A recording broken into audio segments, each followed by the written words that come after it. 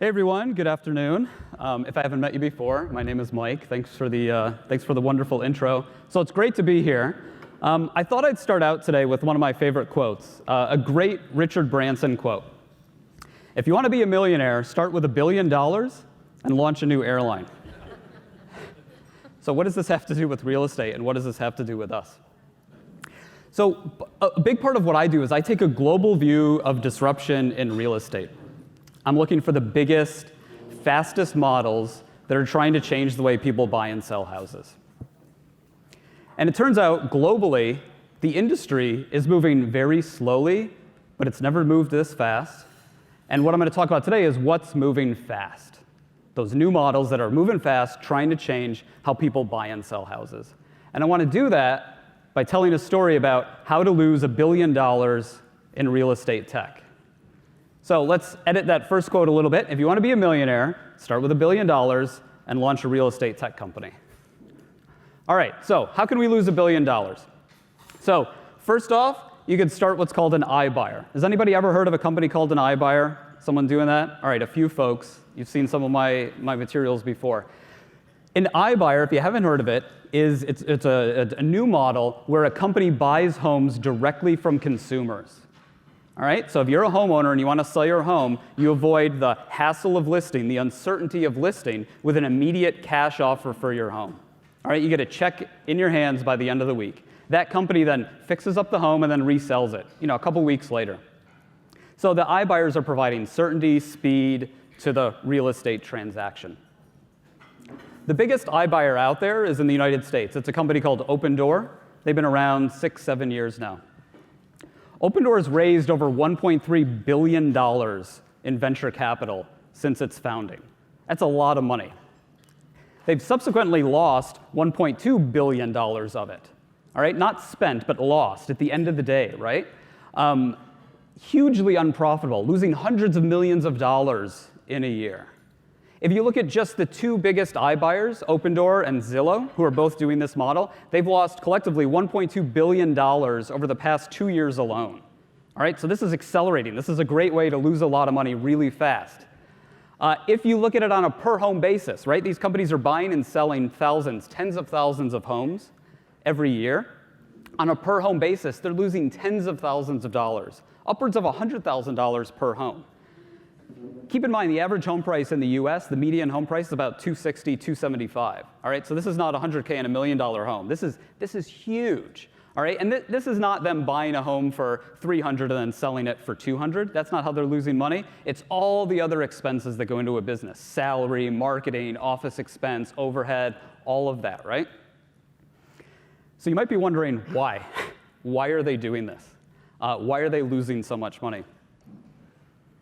So one of the other things I do, I teach a real estate tech class at the University of Colorado Boulder. And I was asking my students the same thing. iBuyers, why are they losing so much money doing this? What are they up to? And one of the students in the back kind of raised his hand, said, yeah. He said, it's not about the house, right? So they're losing so much money, but for them, it's not about the house, it's about the transaction. All right, so let me explain what I mean a little bit there. Here's a couple numbers to look at. So two biggest iBuyers, Opendoor and Zillow, 10% and 3%. This is the percent of homes they buy out of everybody who makes an offer request, who wants them to buy their home. So if everybody in this room went to Opendoor and Zillow and filled out this big form saying, yeah, I'm interested in an instant offer. I'm gonna tell you about my home. I want you to buy it. I want you to make me an offer. They're only buying, Opendoor's buying 10%, Zillow's only buying 3%. So just a small fraction of the folks in this room are getting served and getting their homes bought by these companies. It's a small, small fraction. The answer is, if we invert these numbers, so what's the opposite, 90 and 97%, that's the amount of consumers who don't end up selling their home to these companies. Those people are high-intent seller leads. Those are folks that have filled out a really big form saying, I'm interested in selling my home, like 50, 60 questions, talking all about it. The company says, sorry, we can't do it. These are high-intent seller leads. Those leads can then be sold. They can be monetized to folks like yourself, to real estate agents, right? These are warm leads ready to go. You can't buy your home instantly, but they're looking to sell. They're looking for more information. These companies are generating thousands of these leads every single month, tens of thousands in every couple months, like thousands and thousands of leads being generated here, right? So why else are they doing this? It's about the transaction. One of these companies, they have this roadmap for how they're going to sell adjacent services. So that's things like title insurance and mortgage. You know, we're losing money on every house, we're losing money on every transaction, but if we can just sell people mortgages, then we'll start making money. And that's a pretty good idea, right? Again, in the US, the average, if you're an agent or a broker, the average mortgage attach rate's about 20%, give or take. Home builders, new home builders have about a 75% attach rate for their mortgage services. That's pretty good. Zillow's initial goal when they came out to do this was 33%. You know, we think, hey, we can be somewhere in the middle. We're in a great position. We're in the center of the transaction. We can sell people all these adjacent services, mortgage and insurance and all this other stuff. The reality over the past 2 years, since 2018, 2019, our attach rates way, way, way down here, just 1% and 2%. So I find this really fascinating. Turns out it's hard to sell people mortgages, even if you're in the transaction. Zillow's mortgage business is another great way to lose a lot of money. Revenue's been going up over time, but they're losing tens and tens of millions of dollars. So these companies are out there, it's not about the home, it's about the transaction, and they're trying to sell these adjacent services. Turns out the adjacent services are really hard to sell to people, but they're still trying, right? That's the rationale. That's why iBuyers are willing to lose $1 billion to get into this space, to get into the transaction. All right, what's another way to lose $1 billion in real estate tech? You could launch a tech-enabled agency. So I'm going to talk about a company here called Compass. Has anyone heard of Compass? All right, couple hands. Compass is a real estate brokerage based in the States. What sets them apart is the massive amount of venture capital they've raised. So Compass, since inception, has raised $1.5 billion in venture capital. Right? That's a huge amount. That's more than any other real estate tech company or brokerage has done. And what they've done is they've turned that money into agents. So their agent count over time has just skyrocketed. And their methodology is fundamentally to kind of throw money at agents. So Mike, this would be like me coming in here and offering everybody who won an award last night, all the top producing agents, $100,000 signing bonus to come work for me. $200,000, $500,000. I'll throw all these incentives at you. I'll give you some stock options, all of that stuff. Money's no object. I've got $1.5 billion in the bank. How can I get the biggest real estate company as quickly as possible? Just throw money at the problem. Come work for me. Turns out that's not a very profitable way to run a business. So Compass has lost over $1 billion over the past 5 years doing this. It's a very unprofitable model. Compass is probably, it is the most unprofitable real estate brokerage in history. All right? The profit is not quite there. Compass's profit margins are negative 6%. In the US, average profit margins are positive 6%. So you've got quite a spread there, a 12% spread in terms of what this company's doing. And that really illustrates how much money it's losing so fast in this space. And the reason is because Compass offers all these really interesting, unique, special incentives to attract agents. So as I mentioned, these really high, signing bonuses, they offer very high commission splits, fancy offices, huge tech team, agent marketing, support and ops, all these great perks. But that's what makes it unprofitable. So Compass, in and of itself, what makes it special and so unique and appealing to agents is also what makes it unprofitable, which is quite a paradox if you're aiming for profitability or a sustainable business model. As you can see, you know, in this fantastically illustrated diagram, if you start getting rid of some of those things and you try to reach profitability, you lose what's special about the company. So what's Compass up to? They've lost $1 billion. They're attracting all these agents. They're not trying to lose as much money as fast as they can. What are they up to? It's all about market power. They have a new approach. Like the business model's the same, but what they're trying to do is build up market power and use that to kind of flex their muscle into these spaces. So Compass is now the number 4 brokerage in the US on transaction volume. So it's big. It's really muscled its way up there through those aggressive recruiting tactics fueled by all that venture capital. It's interesting, right? In some of the biggest markets Compass is in, like San Francisco, it's dominant. It has 30, 35, 40, 45% market share. Just absolutely massive and dominant. So what would you do with all that market share? If you've invested $1 billion and you're losing money, what would you do? What Compass is doing is they're building up and exploiting exclusive content. So what I mean by that, if you think about video streaming services, Apple TV, Hulu, Netflix, Disney Plus, Mandalorian, all that stuff, right? All of those video streaming services are spending billions of dollars generating exclusive content. Those are shows you can only see on the platform, right? And they're doing that in an effort to get consumers to subscribe to them and join their platform. Think of it the same thing. Compass is doing the same thing. They're building exclusive content. They have listings that you can only see on Compass's website, compass.com. They have listings you can only hear about if you call up a Compass agent. It literally says that on the website. We have it says it right here. This is a Compass agent. I have inventory on our private platform that will never get listed on the big real estate portals. Call me or you're going to miss out. Imagine something like that, right? So Compass, this big real estate tech company, they're turning all of that money into market share, and they're turning that market share into market power. They're trying. So how else could we lose $1 billion in real estate tech? You could stand still. You could do nothing and lose $1 billion. Realogy is the #1 brokerage in the US.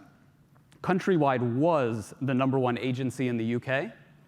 Over the past 4 years, collectively, they've lost $3 billion by standing still. So let's start in the UK. Countrywide, big traditional estate agency, #1. Purplebricks. Anybody heard of Purplebricks? Yeah, all right. Purplebricks tried to launch in Australia. Well, they did, and then they kind of came out. Purplebricks, online disruptor, real estate tech company, low fee, upfront model, a lot of online hybrid services. The challenger. This is the disruptor and the disruptee. Classic story. Here's Countrywide's stock price over the past 6 years. It is down 97%. That's $1 billion in shareholder value just gone. And Countrywide's decimation as a public company coincided with the launch and the rise of Purplebricks. So Purplebricks launched in kind of 2014, it IPO'd in 2016, and if I was plotting out Purplebricks' market share, it would be going the opposite direction of Countrywide's stock price. So Countrywide, $1 billion in shareholder value just gone. And it didn't do anything wrong. It just didn't do anything. So let's talk about the US. Realogy, #1 traditional estate agency, brokerage in the US, versus EXP and Compass. These are some of the brokerage model disruptors out there. Talked about Compass already. EXP is a similar-ish model. All right, so here's Realogy's market cap, their stock price over time. Not as bad as Countrywide, not down 97%, maybe down kind of half from 2016, 2017, also coinciding with the rise and the growth of these new models like EXP and Compass. Realogy's market cap, its market value as a public company, this is a bit more striking. You can see kind of $2 billion shaved off between 2016 and today. Again, Realogy didn't do anything wrong. It just stood still. I can illustrate that point with this, one of my favorite charts. So this is 2018, all right? This is showing the top models in terms of transactions, number of transactions each year. And you see Realogy in yellow, kind of the #2 right there, top, and then EXP, Redfin, Compass, these new disruptive models. So watch closely. This is 2018, 2019, they're kind of catching up. Realogy's still the same. And then 2020, Realogy's still the same, but they're catching up. They're moving, right? Realogy is effectively standing still in that space while the others come in. So again, they didn't do anything wrong, they just didn't do a whole lot. And this reminds me of this quote by Gary Keller, founder of Keller Williams, one of the largest real estate tech companies in the world, about the risk of standing still. We're losing so slowly, we think we're winning. This is fantastic. All right, so what does this mean for you? This is great, this is interesting. We're talking about the US and the UK and Australia, all these big markets. All these new models, there's not $1 billion in venture capital being invested in companies here in New Zealand. You're right. But what does this mean for us? First off, I can't stress this enough. This is happening, all right?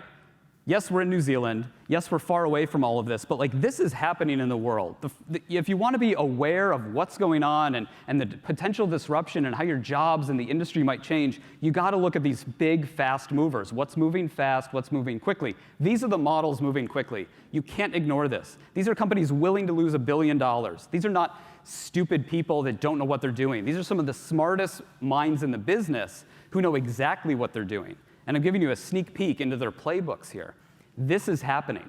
Disruption in real estate globally is being fueled by unprecedented amounts of venture capital funneling into the space. In the US alone, in the residential space alone, over $30 billion over the past 6 years. And just in the first 3 months of this year, $4.5 billion. It's massive, right? Disruption is being fueled by all of this venture capital coming into the space and subsidizing these new business models coming in, right? So what's the difference? What's the impact?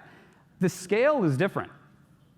All right? There's no examples of these kind of companies in New Zealand or in a lot of smaller markets around the world. The scale is different, but the trends and the themes are the same.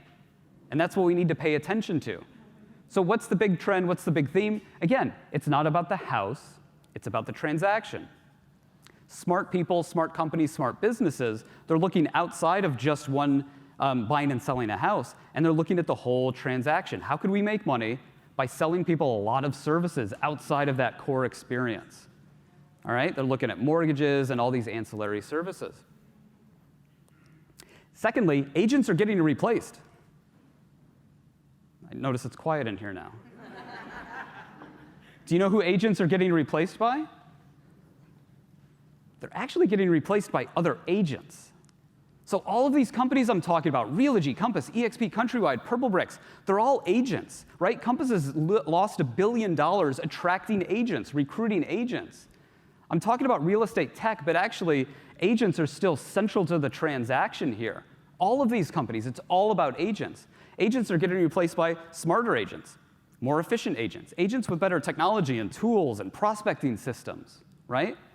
If you go back to this, even the new disruptive models, these iBuyers, 90 and 97%, think of all those leads. Who are those leads going to? They're not going to an algorithm somewhere, they're going to agents, people like you. Smart people like you willing to pay for them, saying, actually, yeah, the value of a high-intent seller lead, that's good. I'll give you $50, $100, $200 for that lead, right? They're going to agents. Through all this disruption, agents are still central to the transaction. They are absolutely central to the transaction. So you might think, okay, great, thanks for that, Mike. It's been really interesting. So I can just sit here, continue being an agent, and everything's going to be fine. You could, but remember that last risk. You can't sit still. You can't do nothing, all right? It's incumbent upon agents to pick the right horse, pick the right team. What's the company you're going to work with? Is it going to be the Countrywide or the Realogy, or the next gen, the Purplebricks, the eXp, the Compass, the Tall Poppy, right? You got to pick the forward-looking companies to attach yourself to that can ride this storm and can kind of go through it. You don't want to be at risk of standing still. We're losing so slowly we think we're winning. So the industry's moving really slow, and it's easy to look around and think absolutely nothing is changing. You could also get caught up in the hype and think everything's changing overnight. And that's why now, more than ever, it's never been more important to look around, to stay informed, understand the changes and the impact, and react to that appropriately. That's it for me. Thanks, everyone.